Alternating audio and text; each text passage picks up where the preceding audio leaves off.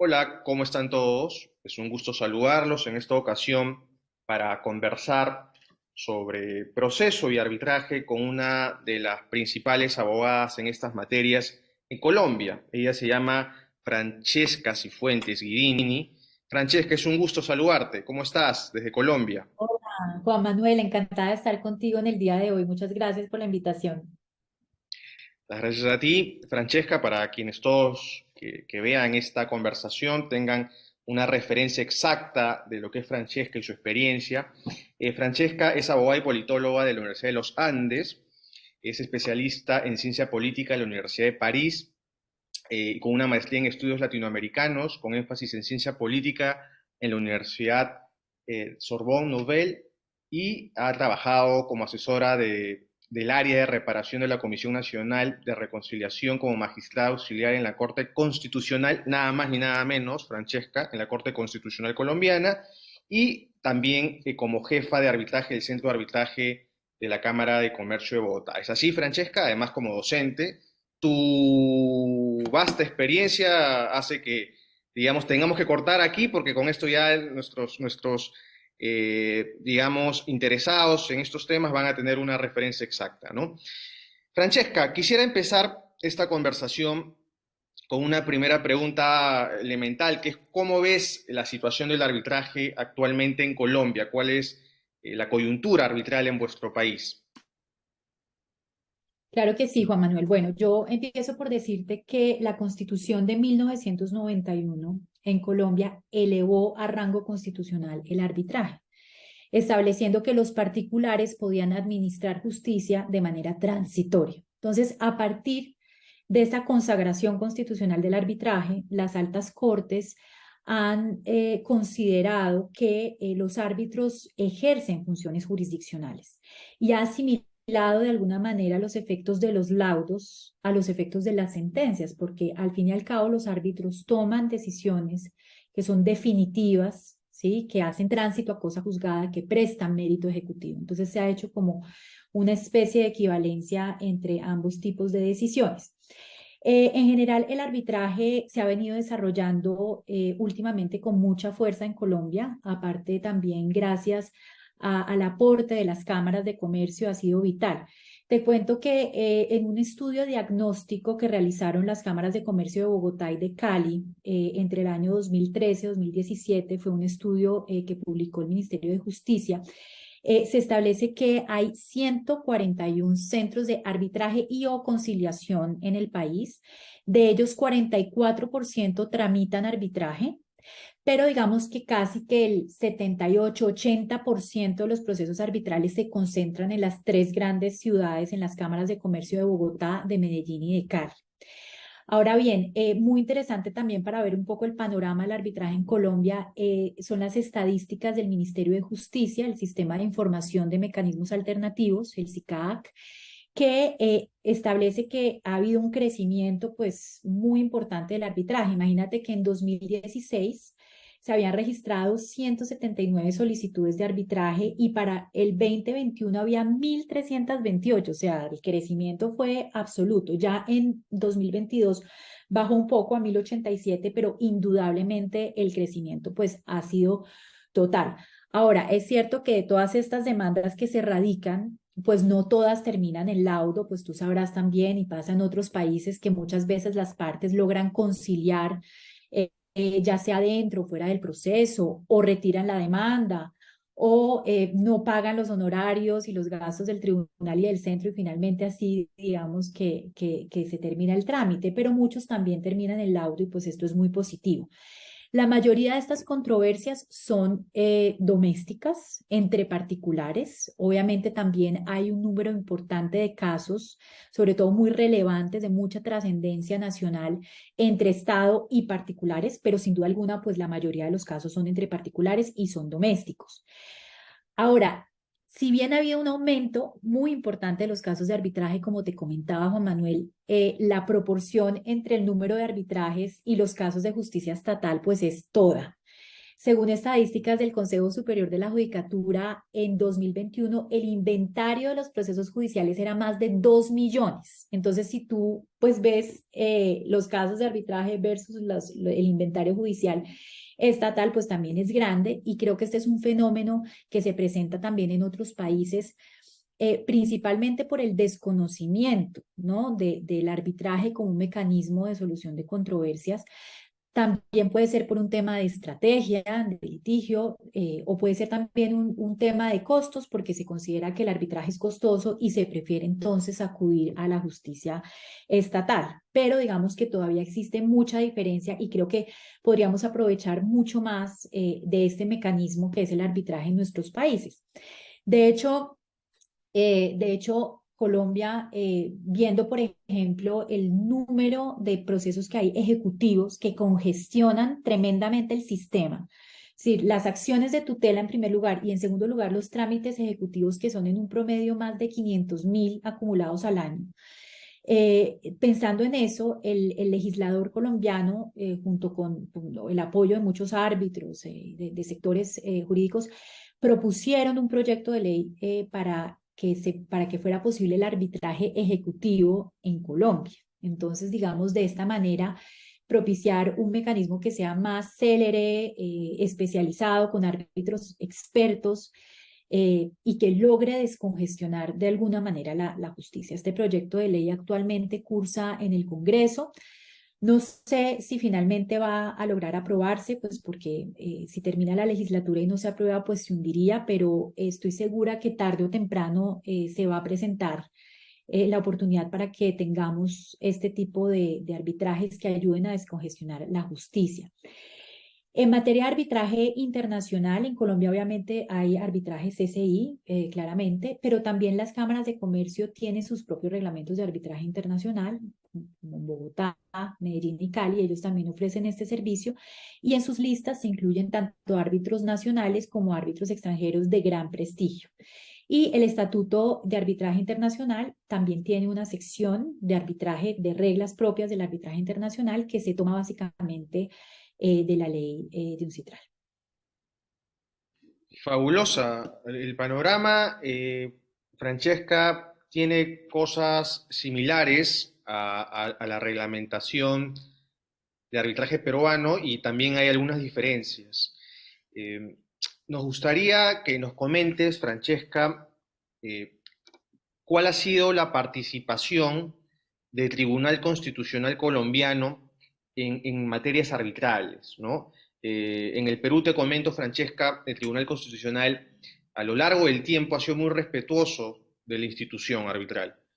Y definitivamente la ley de arbitraje peruana consagra principios en este sentido. Fundamentalmente dos: el competence por un lado y por el otro el principio de no interferencia, buscando precisamente la mínima injerencia del fuero judicial y constitucional en el mecanismo arbitral. En Colombia, vuestro Tribunal Constitucional es probablemente de la TAM, de las mejores cortes constitucionales que existen. En Perú solemos recurrir a la jurisprudencia y a la doctrina jurisprudencial del Tribunal Constitucional colombiano porque generalmente brinda soluciones atípicas, muy sagaces, que es conveniente tomarlos en cuenta en la comunidad jurídica. Me gustaría consultarte entonces cuál ha sido el papel, el rol que ha jugado el Tribunal Constitucional colombiano en casos concretos en materia arbitral, tanto local como internacional en vuestro país, Francesca. Mira, Juan Manuel, ha sido fundamental. La Corte Constitucional en Colombia se creó con la Constitución del 91. Anteriormente había una sala constitucional en la Corte Suprema de Justicia, pero la Corte Constitucional se creó en el 91 y con su jurisprudencia asistimos hoy en día a un proceso de constitucionalización del derecho en todos los niveles, y esto también impacta el arbitraje. En la Corte hace un proceso de tanto de análisis constitucional, examen de constitucionalidad de leyes, como un proceso de revisión de las acciones de tutela. Entonces, todos los jueces de la República son jueces de tutela, en primera, segunda instancia, si hay recurso, y luego todas las tutelas del país que se hayan interpuesto, todos esos procesos son revisados, llegan a la Corte Constitucional y la Corte Constitucional, dependiendo de la relevancia pues, de los casos, decide revisar parte de estos casos. Entonces, esto como para darte pues para que entiendas un poquito cómo es el tema.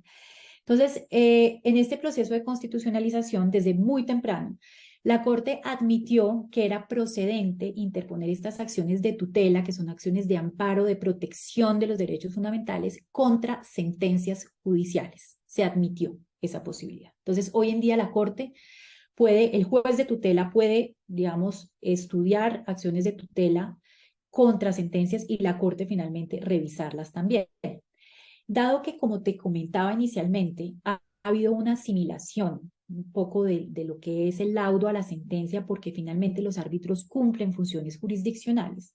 Por esta vía también la Corte Constitucional ha admitido la procedibilidad de acciones de tutela contra laudos arbitrales. Pero en estos casos ha sido muy cautelosa y el análisis es muy estricto, mucho más que cuando se trata de sentencias judiciales. ¿Por qué? Porque como fundamento del arbitraje tenemos el principio de voluntariedad. Las partes han decidido, ¿sí?, no acudir a la justicia estatal y en lugar de ello acudir al particular que es el árbitro. Entonces, decir que otra vez vuelven y que la justicia estatal va a estudiar nuevamente este caso cuando las mismas partes habían decidido no acudir al juez estatal, pues sería, digamos, muy cuestionable, ¿no? Sobre todo desde el punto de vista de la facultad de permanencia de estas decisiones que adoptan los tribunales arbitrales, ¿no? De lo que se ha llamado la estabilidad jurídica de los laudos.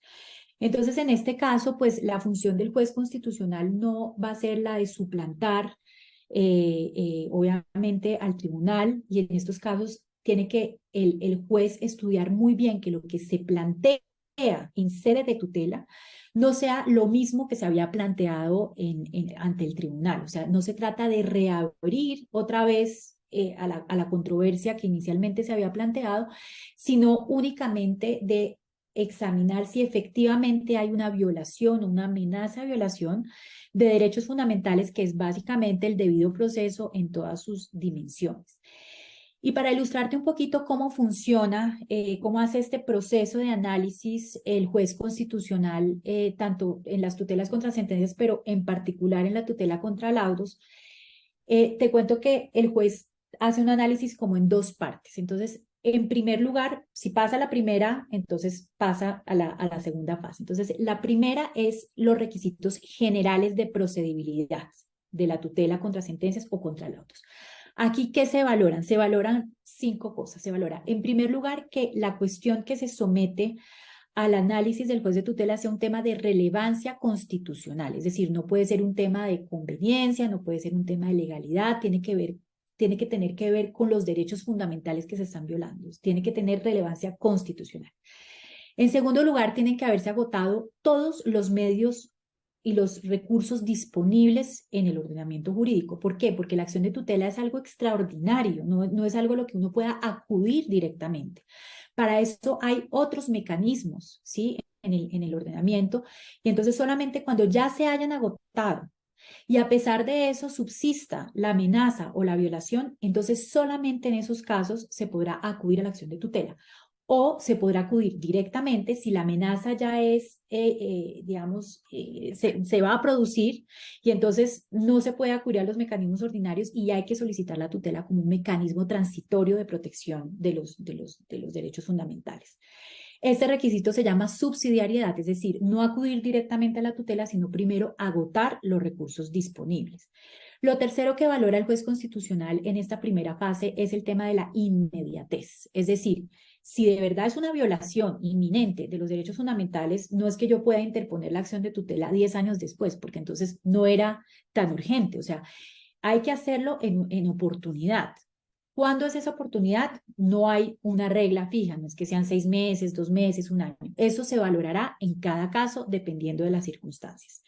El otro factor que se analiza en esta primera parte es que si lo que se alega es una irregularidad procesal, esta tiene que ser determinante y decisiva en el proceso. Y finalmente, lo que se le pide al accionante es que esos hechos y esas pretensiones sean puntualmente presentadas ante el juez, que sean muy claros los hechos en los cuales se está sustentando esta acción de tutela. Entonces, una vez el juez de tutela verifica que estos requisitos generales se estén dando, ¿sí? Que sea un tema de relevancia constitucional, que se hayan agotado los medios disponibles, que se haya interpuesto en oportunidad la acción de tutela, que si es una irregularidad procesal se sustente que fue decisiva y que se identifiquen de manera razonable todos los hechos que generan la violación. En ese punto entonces ya puede pasar a la segunda fase de análisis, que ya es concretamente si se violó o no el derecho, que son los requisitos específicos de procedibilidad. Y acá, respecto a laudos, puntualmente, se han identificado 4 para laudos, que son el defecto sustantivo, el defecto orgánico, el procedimental y el fáctico. Se puede alegar uno, o se pueden alegar dos, o se pueden alegar todo. Lo importante es que al menos se alegue uno.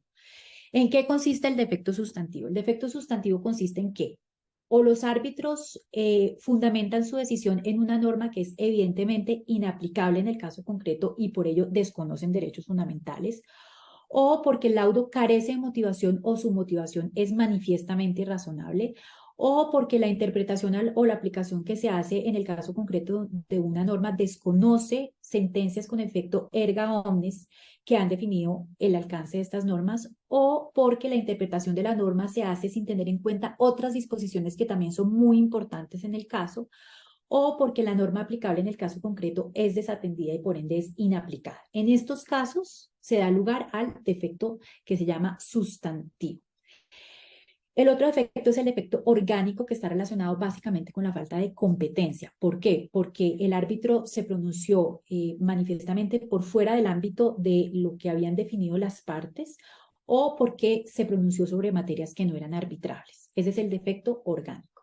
El defecto procedimental, pues obviamente tiene que ver con que el laudo haya sido dictado por fuera completamente del procedimiento establecido y que eso haya efectivamente violado el derecho de defensa y de contradicción de las partes.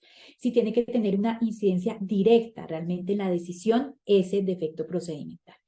Y cuarto, el defecto fáctico tiene que ver con tema de valoración probatoria. Entonces, que se haya dejado de valorar una prueba importante, o que, que la apreciación haya sido también haya vulnerado derechos fundamentales, o que haya habido una interpretación jurídica manifiestamente irrazonable de las pruebas. Este tema fáctico es todo relacionado con la valoración probatoria. Entonces, estos son, digamos, las dos fases de análisis. Como te digo, en el caso de laudos es supremamente estricta la Corte Constitucional. De hecho, el número de, de, de tutelas que han tumbado laudos arbitrales es mínima, es mínima.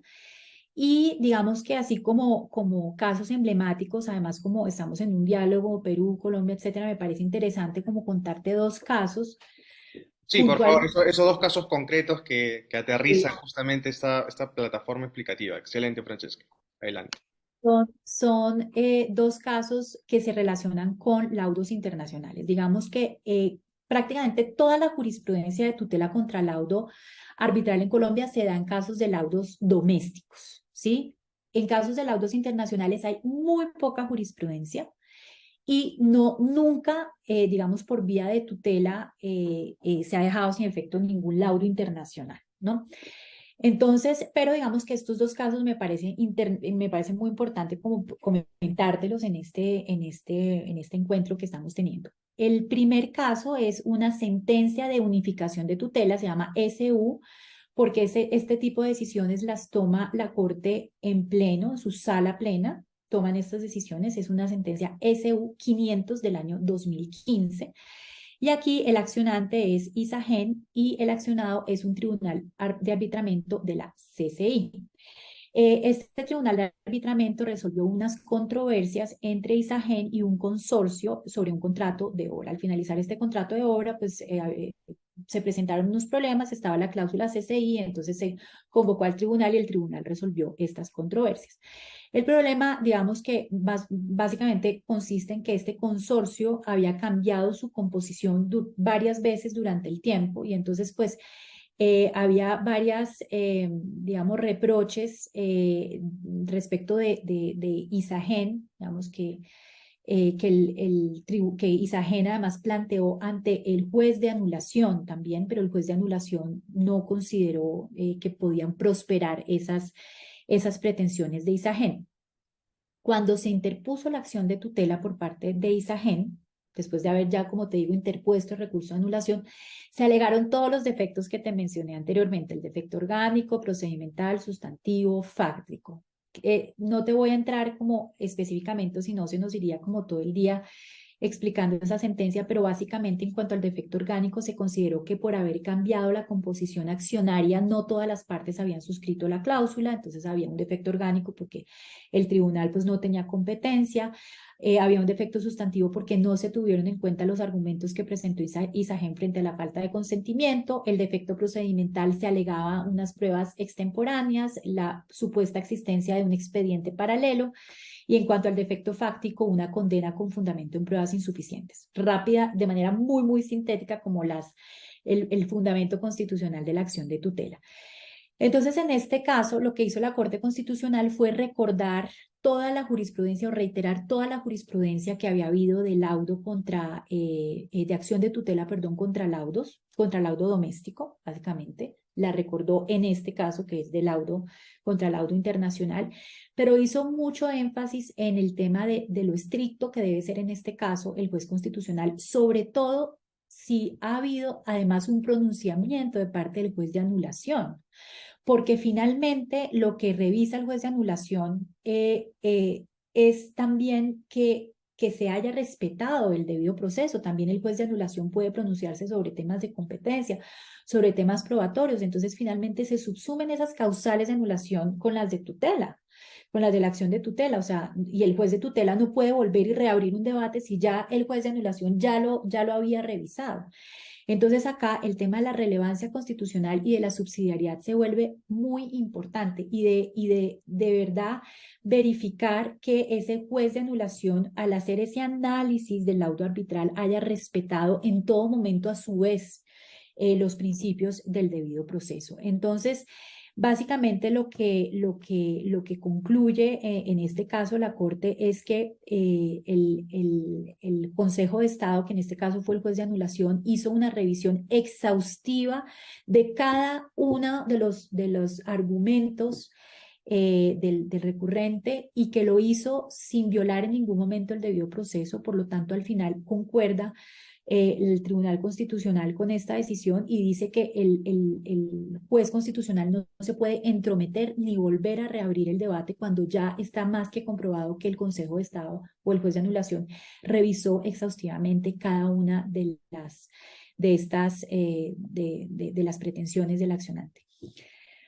Ahora, hay otra tutela muy importante que es del 2019, es una tutela que se llama T354 del 19, es una T y no una SU, porque la Corte Constitucional, que está conformada por 9 magistrados, además de reunirse en sala plena para tomar ciertas decisiones de tutela, de constitucionalidad y otras, tiene además unas salas más pequeñas que se llaman salas de revisión de tutela. Aquí únicamente se reúnen 3 magistrados, ¿no? Entonces es importante esa distinción de cuando la jurisprudencia es la jurisprudencia de la sala plena a cuando es una jurisprudencia de sala de revisión. Entonces, ¿De qué depende, disculpa la interrupción, Francesca, de qué depende que se reúnan todos los 9 y solamente en 3?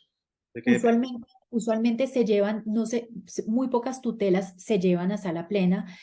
Son tutelas de gran relevancia constitucional las que se llevan a sala plena o que, por ejemplo, signifiquen un cambio de jurisprudencia y por lo tanto tenga que ser sentado por la sala plena. ¿Mm? Correcto, correcto. Gracias por esa precisión. Ahora sí puedes continuar con el caso 2, por favor. Sí, claro, Juan Manuel. Entonces, esta sentencia a la que me refiero es una sentencia de revisión, o sea, son solo 3 magistrados. En este caso, los accionantes son GESELCA S.A. y GESELCA 3 SAS contra un tribunal arbitral de la Cámara de Comercio de Bogotá. En este caso es un laudo internacional, pero de la Cámara de Comercio de Bogotá, no CCI, a diferencia del laudo anterior.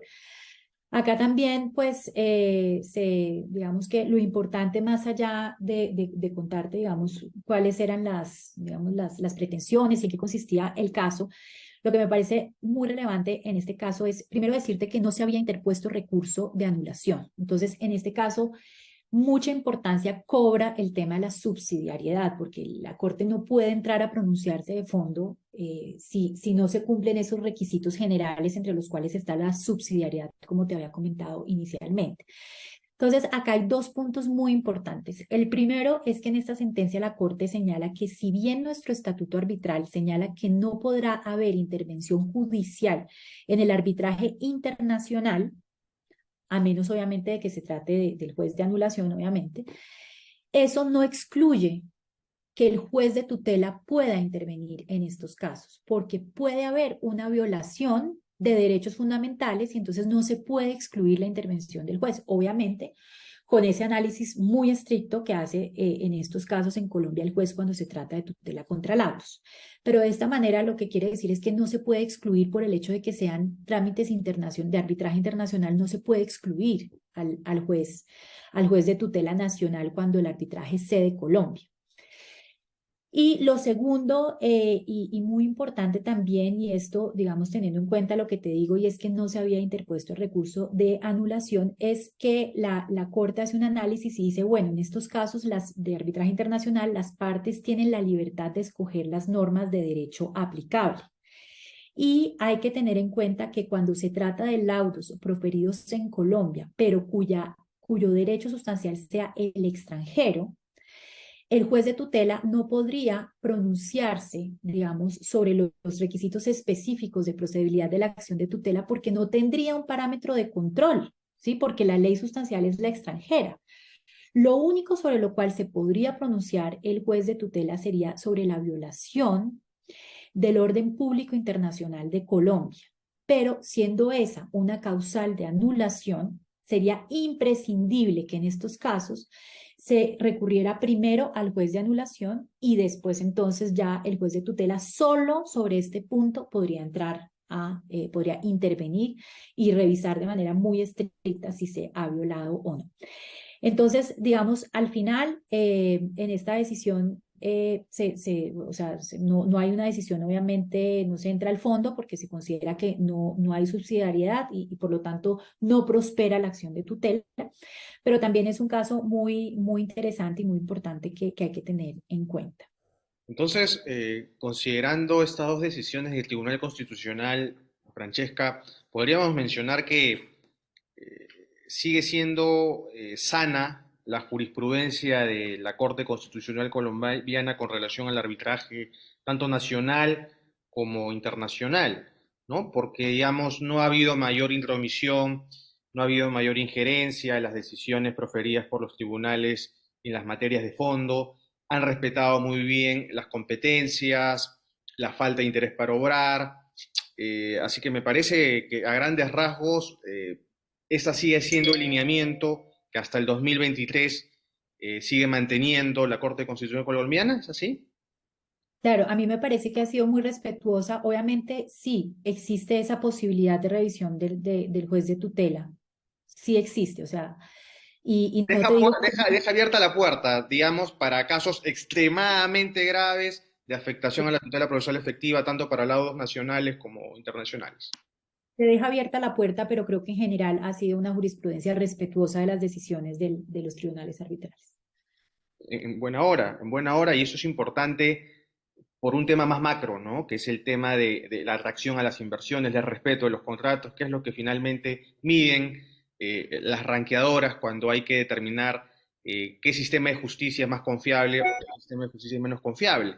En el caso del Perú, no te cuento en qué posición estamos en estos rankings, porque la verdad es para ponerse a llorar, pero sí es cierto de que el arbitraje peruano, por ejemplo, es una isla en relación con otras instituciones peruanas, ¿no?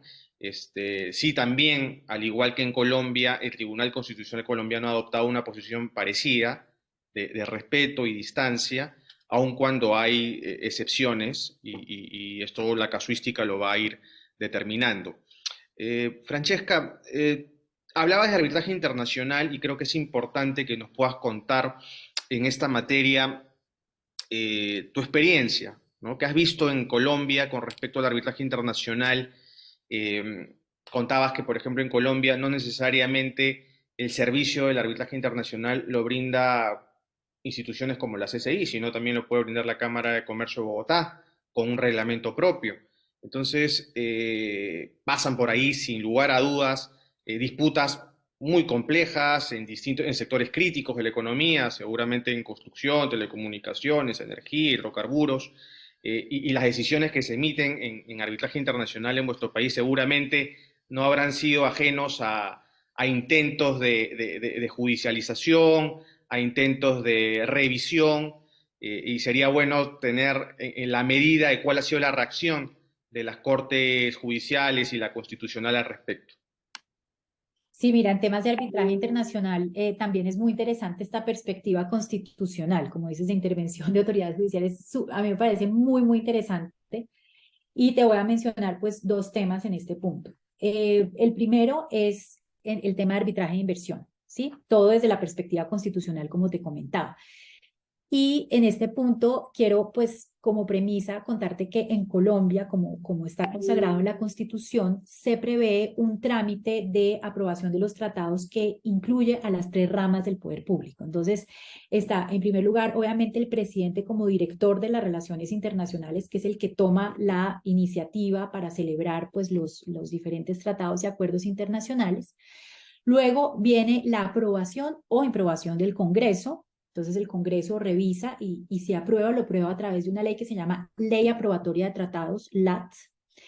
Y el tercer y último paso, y diría yo uno de los más importantes obviamente, es la revisión previa, automática e integral que hace la Corte Constitucional. O sea, en nuestro ordenamiento, la Corte es la que tiene la última palabra al final porque revisa tanto de forma como de fondo el tratado y su ley aprobatoria del Congreso. Y solamente cuando es aprobada, entonces ya pues se puede prestar internacionalmente el consentimiento. Entonces, esto es algo muy interesante a propósito de los acuerdos de inversión, porque la interpretación que haga la Corte, si dependiendo de cómo se hace interpretación que hace la Corte de los tratados, esto, digamos, va a determinar también el alcance de esas cláusulas, de los estándares de protección y eventualmente, pues esto va a ser importante también a la hora de ver estas demandas de inversión de parte de los tribunales arbitrales.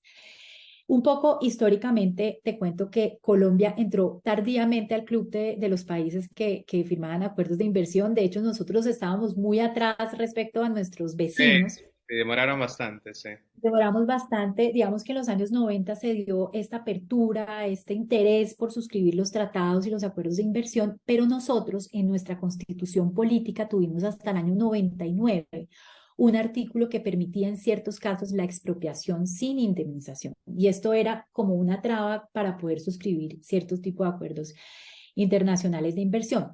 Sin embargo, a través de un acto legislativo en el año 99 se reformó ese artículo y a partir de entonces ya empieza la suscripción de los acuerdos internacionales en Colombia, muy abierta a este tema.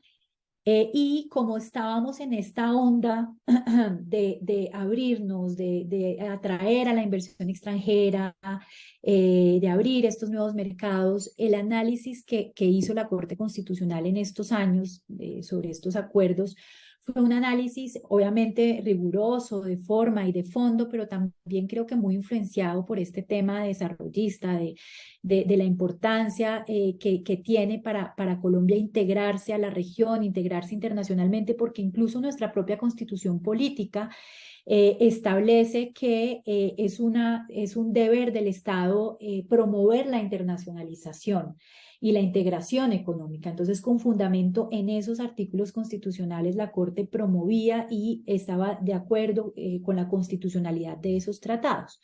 Se exaltaba la especialidad, la eficiencia en cuanto a las cláusulas de arbitraje de los árbitros internacionales. Se partía, digamos, de la idea que no era posible internacionalizar la economía si no era a través de estos acuerdos internacionales. Entonces, digamos que el análisis se pasaba, digamos, sin ningún condicionamiento, básicamente. Sin embargo, así como tardíamente iniciamos nosotros a suscribir estos acuerdos, también tardíamente empezamos a ser demandados. Creo que nuestra primera demanda ante el CIADI fue como en el 2015 o en el 2016 y de ahí empezamos a ser demandados. Y entonces en el año 2019 la Corte Constitucional cambia su jurisprudencia, pero totalmente. Ya el análisis no es un análisis leve, sino es un análisis de razonabilidad estricto, artículo por artículo. La Corte Constitucional le pone la lupa a todas estas cláusulas y a estos estándares de protección y hace algo súper novedoso. Y es que se va a la fuente, se va a los laudos internacionales, a los principales laudos internacionales, a entender cómo estos tribunales están entendiendo las cláusulas y los estándares de protección, cuál es el alcance que le dan. Y a partir de ese análisis de esos laudos internacionales, condiciona entonces cuál debe ser el entendimiento, en el caso particular, estos eran tratados con Israel y con Francia, cuál debe ser el alcance. Entonces dice, no puede ser esta interpretación, sino que la interpretación tiene que ser la que yo digo que es esta, ¿no? Y restringe la interpretación, entonces condiciona la exequibilidad de esos tratados a que el entendimiento de esas cláusulas sea la que dice la Constitución. Y para ello obliga le dice al Estado que tiene que suscribir un instrumento adicional con estos países para entender que es con ese condicionamiento que se van a entender las cláusulas de estos tratados. Otra cosa novedosa en este punto es que la Corte no usa, digamos, últimamente un poco más, pero digamos que usualmente no hace audiencias, porque son revisiones constitucionales que se hacen en sala plena. Pero para este caso de estos dos, de este análisis de estos dos tratados, hizo unas audiencias públicas a las que invitó a expertos, a gente que de verdad sabe de este tema de los tratados de inversiones para que diera su opinión y tuvo en cuenta esas opiniones a la hora de redactar estas sentencias. Entonces, digamos que lo que hay detrás también es obviamente una idea de prevenir posibles Correcto, demandas. en eso estaba pensando, en cuidar que no se abra, ¿no?, el abanico de disputas para Colombia y la responsabilidad del Estado, sino que ir, como dices tú, preservando, ¿no?, en la buena interpretación de los contratos que se han firmado con los inversionistas, ¿no? Qué buen enfoque, qué Porque sagaces y qué también a la vanguardia, ¿no? Que una Corte Constitucional sea realista, ¿no? De que así como atraes inversiones, también existe la posibilidad de que se multipliquen tus conflictos y que como Corte Constitucional Colombiana fije parámetros para disminuirlos o entenderlos mejor.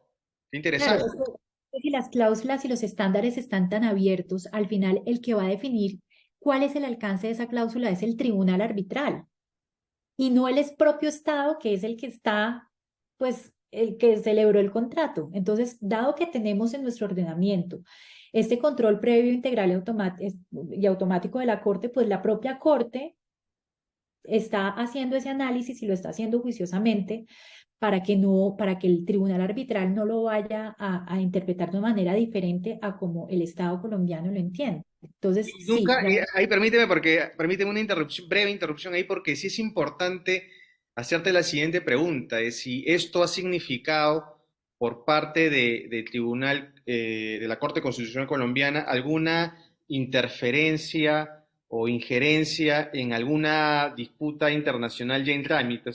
Está bien que la Corte Constitucional Colombiana tenga la vocación, ¿no?, de orientar jurídicamente la interpretación de los tratados y de las inversiones, pero eso no ha implicado también, por otro lado, de que algún tribunal internacional, por ejemplo, me pongo a pensar en algún tribunal del CIADI, haya considerado alguna interpretación del Tribunal Constitucional como una injerencia o como alguna intervención.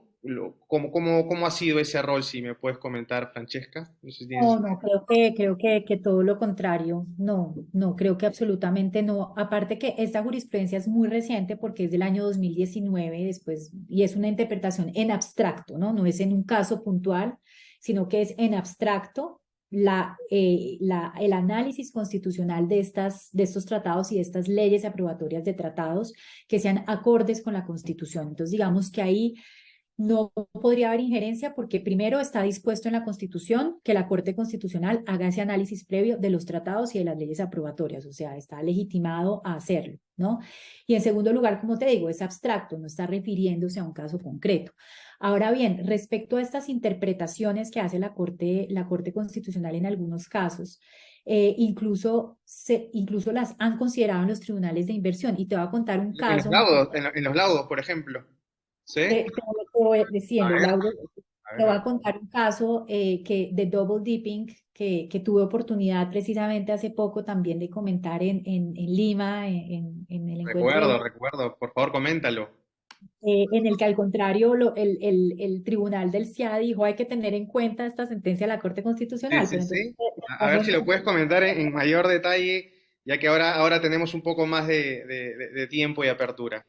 Sí, claro. Entonces, ese es un caso de double dipping, como te digo, entre Colombia y América Móvil, ¿sí? Que es una compañía mexicana. Ella representaba a su subsidiaria colombiana Comcel, ¿sí? Entonces, se presentó la controversia tanto a nivel doméstico como a nivel internacional de inversiones entre estas dos partes. Entonces, ¿en qué consistía básicamente el problema? Entonces, había un contrato entre el Ministerio de Tecnologías de la Información y las Comunicaciones, el Estado, y Colombia Móvil, que era la subsidiaria América Móvil. Entonces, se presentó este contrato, era un contrato de servicio de telefonía celular, era un contrato que tenía una vigencia hasta el año 2013 y ellos tenían que prestar todo este servicio de telefonía celular en Colombia.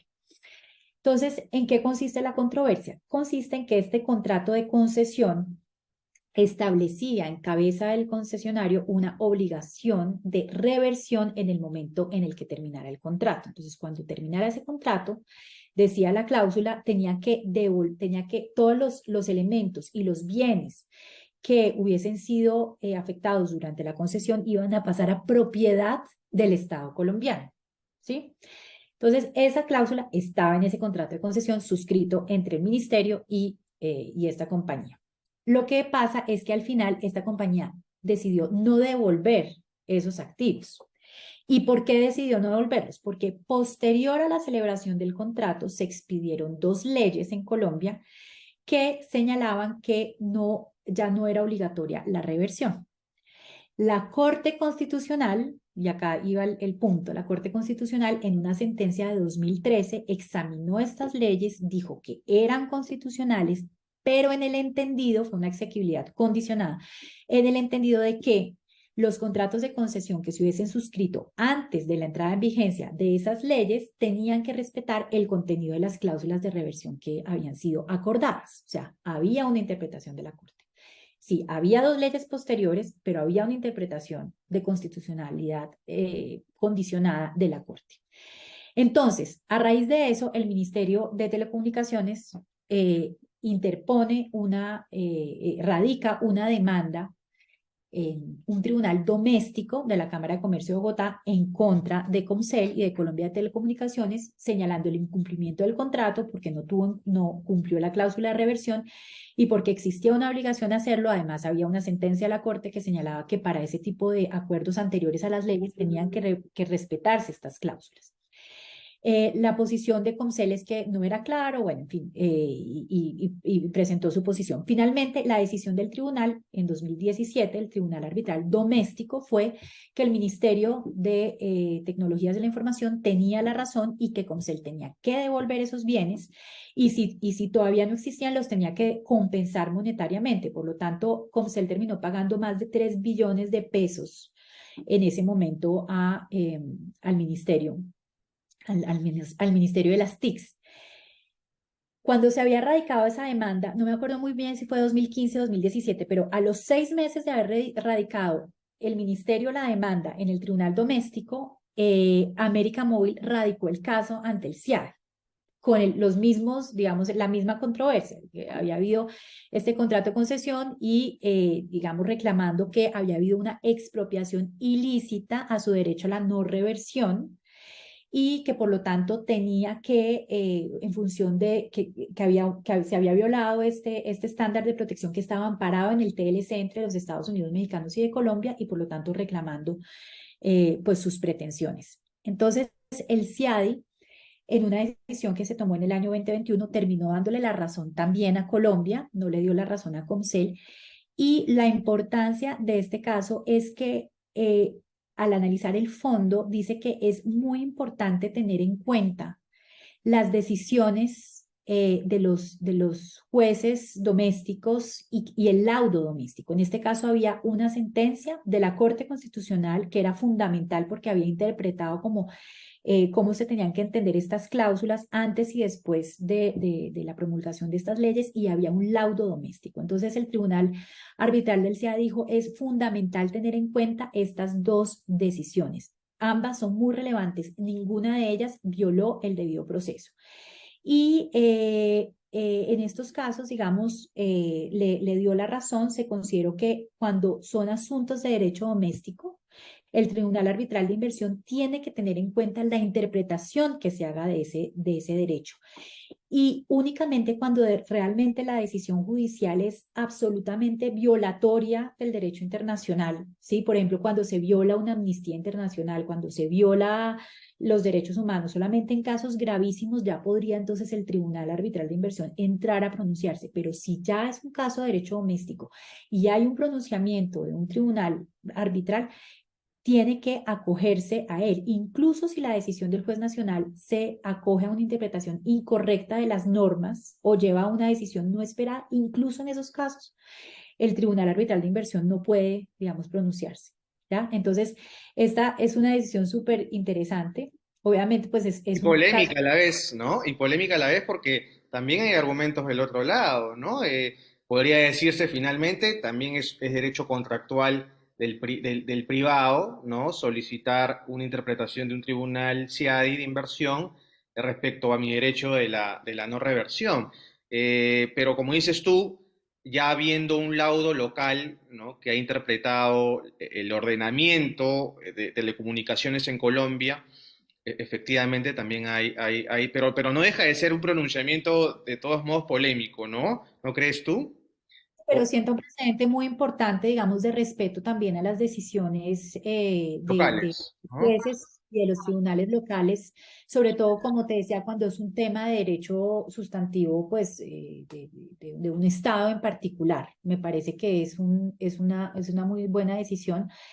Eh, Porque permíteme ahí, Borges, porque no hubo, de lo que te entiendo, no hubo un cambio o sea, se respetó la normativa y se respetó el contrato, ¿no? O sea, no es que hubo una normativa posterior que violó derechos contractuales de esta empresa privada, ¿no? Entiendo que no fue así. Porque en el momento en el que se estableció el contrato eran viables las cláusulas de reversión, o sea, estaban previstas en el ordenamiento las cláusulas de reversión. Luego de que ya se firma el contrato, se promulgan estas dos leyes en las que ya se dice que no va a haber reversión, pero la Corte Constitucional interpreta que esa no reversión, digamos, no aplica para los contratos anteriores. Entonces, digamos que hay unas disposiciones legales que elimina la reversión, pero hay un pronunciamiento de la Corte que establece cómo debe interpretarse esa ley, y esa ley se tiene que interpretar en el sentido de que esa no reversión no aplicará para las leyes anteriores. Entonces, digamos que existiendo ya estos pronunciamientos de la Corte, o sea, así es que se tiene que interpretar la ley, estaba obligado como a devolver esa infraestructura al ministerio.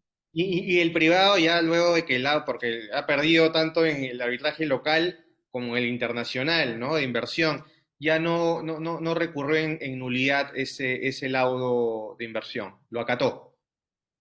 Esa es una, Una pregunta porque, claro, y sí. puede ser que todavía esté el procedimiento o no, habría que investigarlo y todos quienes estamos en esta entrevista eh, vamos a seguramente a profundizar en ello, ¿no? Porque desde mi punto de vista no deja de ser debatible el propio laudo de inversión y que habrá que revisarlo, pero en todo caso ya el laudo doméstico, Francesca, llegó a ser ejecutado, digamos, porque lo que entiendo dice el tribunal local es que sí correspondía a la reversión. Entonces, ¿se dio en los hechos esta ejecutabilidad? Y Comcel pagó como Ah, podía, bueno, ok, ok. porque, porque no podía revertir todo, porque creo que había habido pérdidas como de infraestructura, entonces tenía que compensar lo que debió haber devuelto y pagó efectivamente su parte, Comcel. Y habría que investigar ahí si es que esperó a que el laudo de inversión saliese como salió o lo acató antes. Pagó antes, porque el laudo de inversión Ah, salió, perdón, el laudo doméstico salió en el 2017 y el de inversión salió en el 2021. ajá, ajá. O sea, el último recurso que ya, la última, el último salvataje que tenía era el Exacto, Yadai. Ajá. exactamente. Qué interesante, pero nos deja una moraleja muy importante, ¿no? De cómo está actuando no solamente la Corte Constitucional colombiana, sino las relaciones que puede llegar a tener en un espectro tan grande en el arbitraje, ya no solamente nacional, sino las repercusiones que pueden tener sus interpretaciones en laudos de inversión, nada más ni nada menos. Sí, correcto, correcto. Sí, como te digo, todas estas interpretaciones de la Corte Constitucional son de fundamental importancia en nuestro ordenamiento por ese proceso de constitucionalización que te mencionaba al inicio. O sea, la Corte es un protagonista en este tipo de decisiones.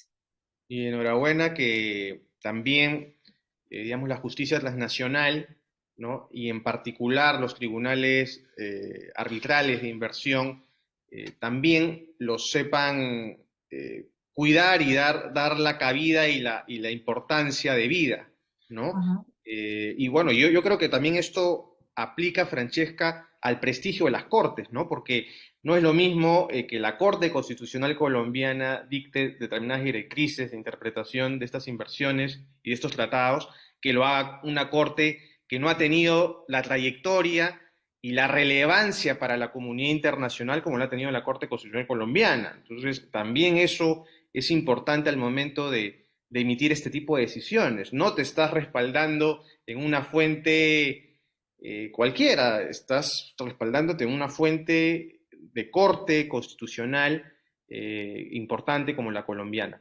Francesca, quisiera consultarte a raíz de estos arbitrajes. Creo que tenías un caso adicional, puede ser de arbitraje de inversión, o quería, no, no, porque ya los que has comentado me parece que nos da en el panorama completo, ¿no? De lo que está sucediendo en Colombia. Lo que quería consultarte era en materia de arbitraje internacional.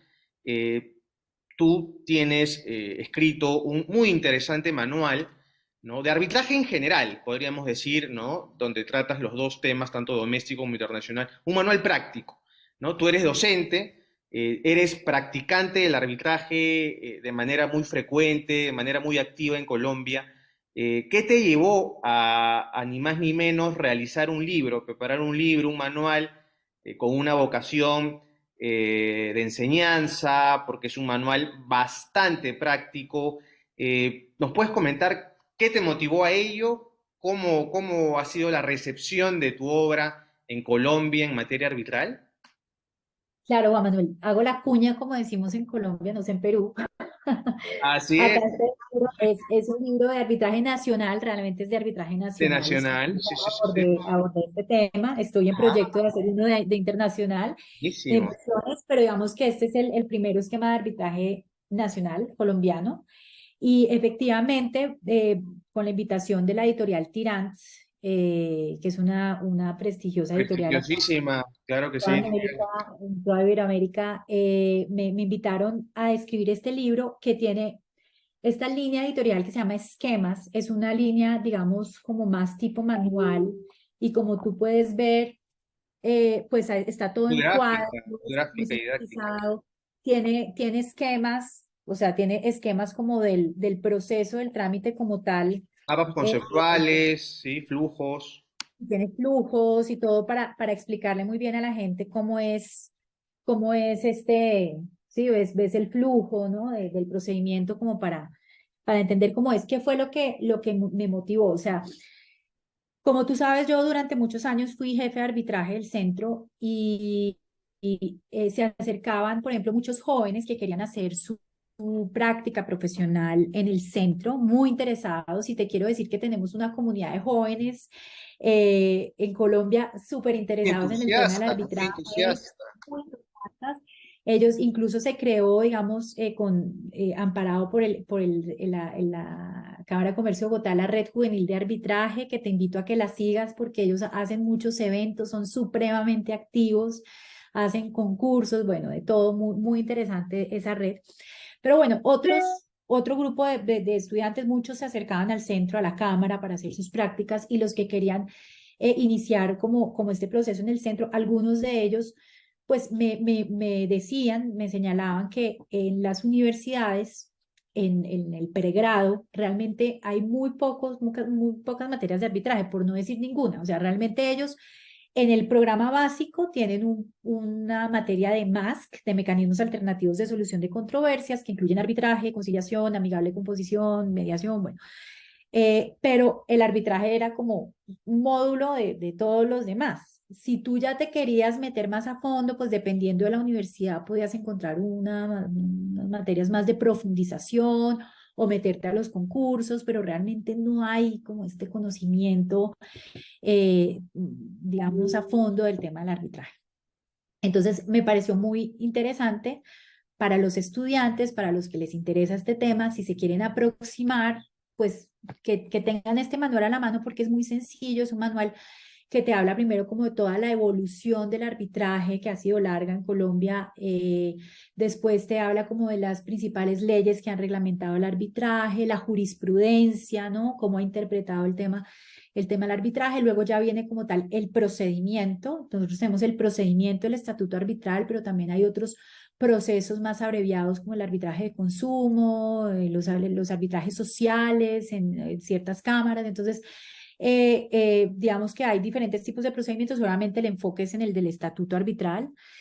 Los sujetos procesales, quienes intervienen, los árbitros, las partes, los terceros, los signatarios, bueno, todo este tema, los secretarios que también intervienen en los trámites y su función, y el rol de las cámaras de comercio. Entonces, pretende como abordar de manera general todos los temas para los estudiantes, y también ya en mi práctica como árbitro, que yo soy árbitro de las cámaras de comercio de Bogotá, de Medellín y de Cali, también me he encontrado a veces con partes, con apoderados que por primera vez llegan a un trámite arbitral porque el contrato de repente tenía la cláusula, y ellos llegan, pero digamos, no han experimentado nunca lo que es estar en un trámite arbitral.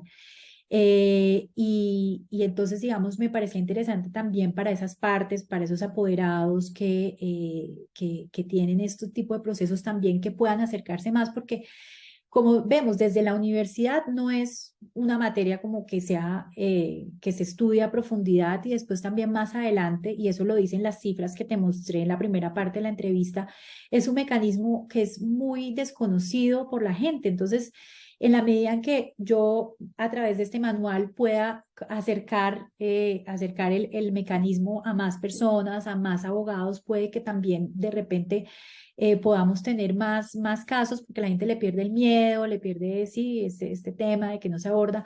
Obviamente te quiero decir que en Colombia hay grandes abogados y firmas que están dedicadas al litigio arbitral, no te estoy diciendo, pero en este mundo del arbitraje también hay casos más pequeños, a veces de menor cuantía, con estas personas que se aproximan por primera vez al arbitraje, y qué bueno que tengan como herramienta este manual. Entonces, digamos que fue con el ánimo de acercar el arbitraje tanto a los estudiantes, a los abogados, a partes que tienen de repente una cláusula y se enfrentan al arbitraje por primera vez.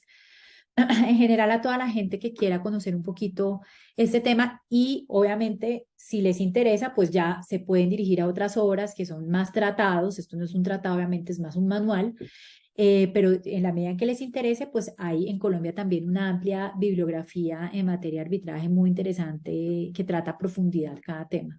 Siempre es importante un manual, ¿no? Quienes son profesores siempre recomiendan es mejor tener un buen manual cuando inicias, ¿no? Una disciplina, te adentras en la disciplina, y qué mejor que tu obra, que es un aporte para socializar, ¿no? Y democratizar el arbitraje en Colombia, porque es verdad, uno podría pensar desde un punto de vista teórico, que el arbitraje solamente está hecho para las grandes empresas y para las grandes controversias y para las grandes cuantías, pero también hay un sector del arbitraje en Latinoamérica que es utilizado por empresas medianas, microempresas, ¿no? O personas naturales o empresarios que también necesitan de este mecanismo de solución de controversias, pero que no necesariamente están tan familiarizados y que no estar tan familiarizados puede jugarle en contra en el procedimiento porque el no estar habituados puede inclusive hasta perder la controversia por no tener un acercamiento práctico, ¿no? Y frecuente al arbitraje, que es otro mundo con respecto al judicial y a las disputas civiles, constitucionales, es otro mundo, es otro registro y es importante este tipo de aportes, estimada Francesca. La verdad te felicito mucho. Seguramente estás trabajando, como decías, en alguna segunda obra, en una posterior, de repente, edición de este libro, aumentarlo. ¿Tienes alguna proyección en ese sentido?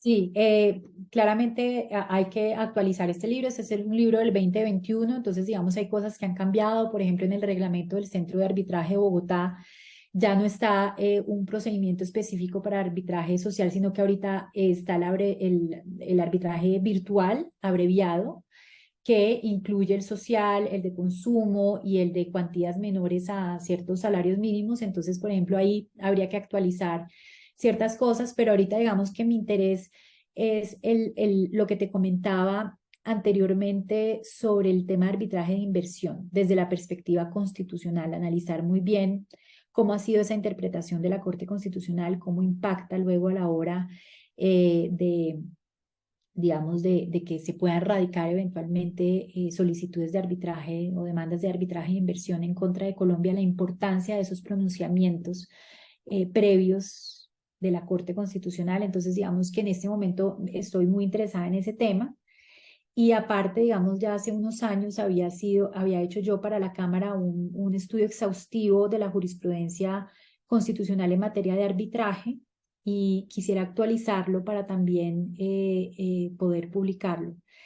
Entonces, digamos que estoy trabajando en eso. Ahorita recientemente también se publicó un libro en el que soy coautora. Justamente creo que ayer ya salió de impresión con la Universidad Externado de Colombia sobre arbitraje de consumo. Esto fue a raíz de unas jornadas de arbitraje de consumo que se hicieron hace un par de años, creo, en la Universidad Externado, y luego los panelistas fuimos invitados para escribir artículos relacionados con estas ponencias y ya salió publicado el día de ayer.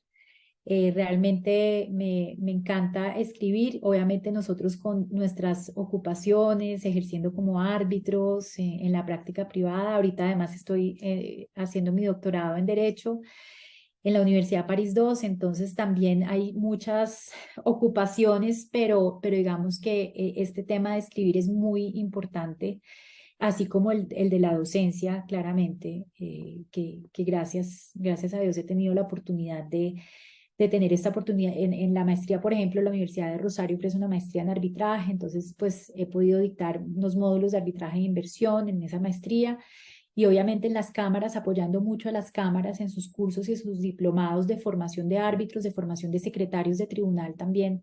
He tenido la oportunidad de dictar clases y escribir realmente me apasiona muchísimo, entonces creo que voy a seguir por esa senda en el futuro cercano. Tan importante, Francesca, ese aporte que no solamente provenga de la academia, sino también desde lo que haces en los propios centros arbitrales, como dices tú, porque, a ver, en la práctica nos encontramos muchas veces con secretarios arbitrales, ¿no? Que necesitan, ¿no? De este tipo de consejos, de este tipo de orientaciones, los propios alumnos que mencionas tú, y algo que me interesó mucho y de ahí la relevancia de tenerte en este ciclo de entrevistas de proceso en el mundo, Francesca, que es que en Latinoamérica seamos conscientes que hablar de arbitraje no significa excluir otras materias tan importantes y conexas como el derecho constitucional, el derecho internacional, el derecho procesal. En tu intervención, tú has hablado muy, pero muy sólidamente de todas estas materias y por eso no eres menos árbitro o por eso no eres menos especialista en arbitraje de inversión.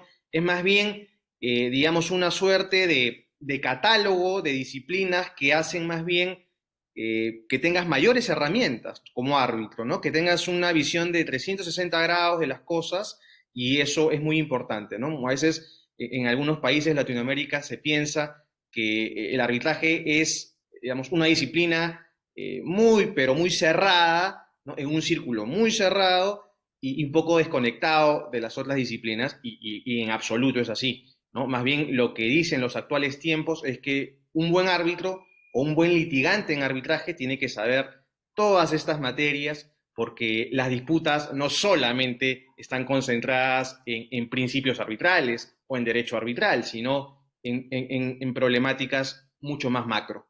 Estimada Francesca, quisiera tus últimas consideraciones, comentarios. Nos vemos en abril en Lima. Por favor, para ir No, despidiéndonos.